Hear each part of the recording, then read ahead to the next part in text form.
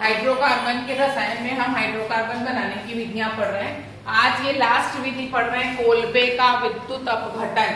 Kolbe के विद्युत अपघटन के लिए आप सोडियम एसीटेट या पोटेशियम एसीटेट ले सकते थे। जहां मैंने Na लिखा है आप के लेके भी लिख सकते हैं।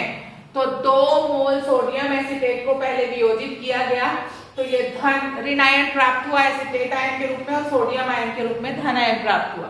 अब ये धन और ऋण आयन 2 इलेक्ट्रोड्स पर क्रिया करेंगे, एक होगा कैथोड, दूसरा होगा एनोड। कैथोड पर होने वाली क्रिया होगी जो ऋण आयन होगा, क्योंकि कैथोड पर हमेशा ऋण आयन मुक्त होते हैं, और एनोड पर धन आयन नहीं। कैथोड पर ये इलेक्ट्रॉन जो है, जो ऋण आयन है, वो आपका मुक्त मूलक के रूप में मुक्त हो रहा है, धनावेश के रूप में, और एनोड पर हमेशा ऋण आयन आएगा, ये इलेक्ट्रॉन मुक्त होगा तो ग्रहण किया जाएगा। तो सबसे पहले क्या हो रहा है ये देखिए कि एसीटेट आयन जो है वो मुक्त मूलक में बदल गया, यानी यहाँ इसका एक इलेक्ट्रॉन है और ये मुक्त मूलक में बदला और ये 2 CO2 को मुक्त कर दिया। मुक्त मूलक को कैसे लिखा जाता है? जो भी तत्व है उसके ऊपर एक स्टार बना देंगे। एक स्टार एक इलेक्ट्रॉन को शो कर रहा है।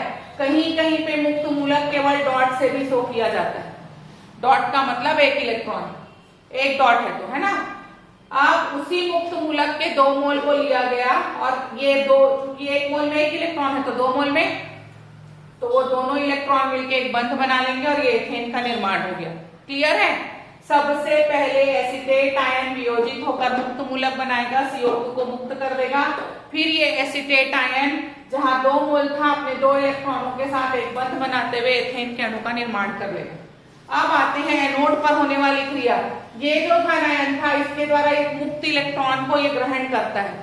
ये एसीटेट आयन ने इलेक्ट्रॉन मुक्त किया, आप चाहें तो यहाँ 2 इलेक्ट्रॉन लिख सकते हैं, ठीक है। तो 2 इलेक्ट्रॉनों को जब इसने मुक्त किया, 2 ऋण आयन को, तो ये 2 इलेक्ट्रॉन सोडियम के द्वारा ग्रहण किए गए और सोडियम बना। अब ये सोडियम जल से क्रिया करेगा और बनाएगा NaOH और H2। अब इसी अभिक्रिया को हम आंशिक विधि से संपन्न कराते हैं।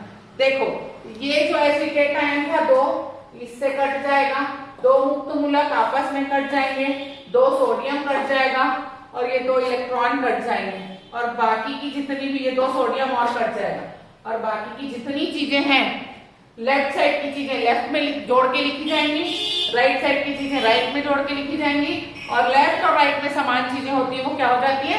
कट जाती है। तो सोडियम एसीटेट लिखा आपने, प्लस 2 मोल जल, बना आपका ये एथेन, फिर ये 2NaOH, फिर ये H2 और ये 2 मोल CO2। ये हुआ आपका कोल्बे का विद्युत अपघटन। अब हम बात करने वाले हैं हाइड्रोकार्बन के भौतिक गुणों की, जिसमें सबसे पहले बात करेंगे हम क्वथनांक की। जैसे जैसे हाइड्रोकार्बन के कणों की संख्या में वृद्धि होगी, उनके अणुभार में भी वृद्धि होगी और उनका क्वथनांक बढ़ेगा, जो इस ग्राफ से दिख रहा है आपको। ये ताप, ये परमाणुओं की संख्या, जैसे जैसे परमाणुओं की संख्या बढ़ेगी वैसे वैसे हाइड्रोकार्बन के क्वथनांक में वृद्धि होगी। लेकिन सबसे इंपॉर्टेंट बात समझिए, यदि हाइड्रोकार्बन आपका सीधी श्रृंखला वाला है तो उसके मध्य उपस्थित वॉन डेर वाल बल प्रबल होंगे। पृष्ठ का क्षेत्रफल जितना अधिक, वॉन डेर वाल बल उतने प्रबल और क्वथनांक उतना उच्च। और जैसे ही आपके हाइड्रोकार्बन शाखा में आ जाएंगे, ये आइसोब्यूटेन हो जाएगा, नियोपेंटेन हो जाएगा, तो इसके क्वथनांक जो हैं वो कम होते जाएंगे, क्योंकि पृष्ठ का क्षेत्रफल कम होगा और वॉन डेर वाल बल दुर्बल हो जाएगा। तो सीधी श्रृंखला वाले हाइड्रोकार्बन के क्वथनांक उच्च होंगे।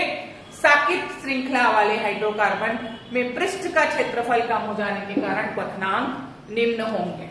अब बात करते हैं गलनांक की। यदि आपके हाइड्रोकार्बन सम संख्या वाले, देखो 1, 2, 3 और 4 कार्बन वाले हैं, तो देखो एक कार्बन एक तल पे है और दूसरा कार्बन दूसरे तल पे है।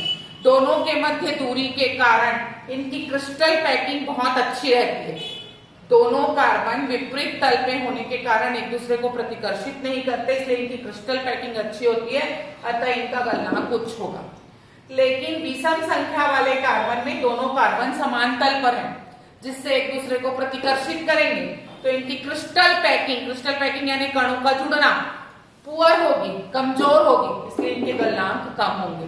तो हाइड्रोकार्बन में सम संख्या वाले का गलनांक बढ़ेगा, विषम का घटेगा, सम का बढ़ेगा, विषम का घटेगा, सम का बढ़ेगा, विषम का घटेगा, इसलिए ये ग्राफ आपको आरी जैसा ग्राफ प्राप्त होगा। अगला जो है विलेयता। विलेयता यानी हाइड्रोकार्बन का जल या ध्रुवीय विलायक में घुलना।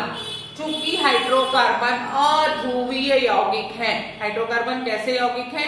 अध्रुवीय यौगिक है, उनपे कोई धन या ऋण आयन डेवलप नहीं होता, इसलिए वो ध्रुवीय विलायक में नहीं घुलेंगे और अध्रुवीय विलायक में बहुत अच्छे से घुलेंगे। तो हाइड्रोकार्बन की विलेयता अध्रुवीय होने के कारण अध्रुवीय विलायकों में अधिक होगी और ध्रुवीय विलायकों में नहीं के बराबर होगी। जैसा देश वैसा भेष, लाइक डिसॉल्व लाइक सिद्धांत पर काम करता है। जैसा विलायक है वैसा ही विलेय होना चाहिए, या जैसा विलेय है वैसा ही विलायक। अगर विलेय अध्रुवीय है तो विलायक को भी अध्रुवीय होना चाहिए, तो विलेयता अधिक होगी, और विलेय ध्रुवीय है तो विलायक को भी ध्रुवीय होनी चाहिए, तब विलेयता अधिक होगी। तो ये चीज लाइक डिसॉल्व लाइक सिद्धांत पर काम करती है। तो ये विलेयता हो गया, गलनांक हो गया, क्वथनांक हो गया, ये भौतिक गुण हुए हैं। कल से हम रासायनिक गुण पढ़ेंगे।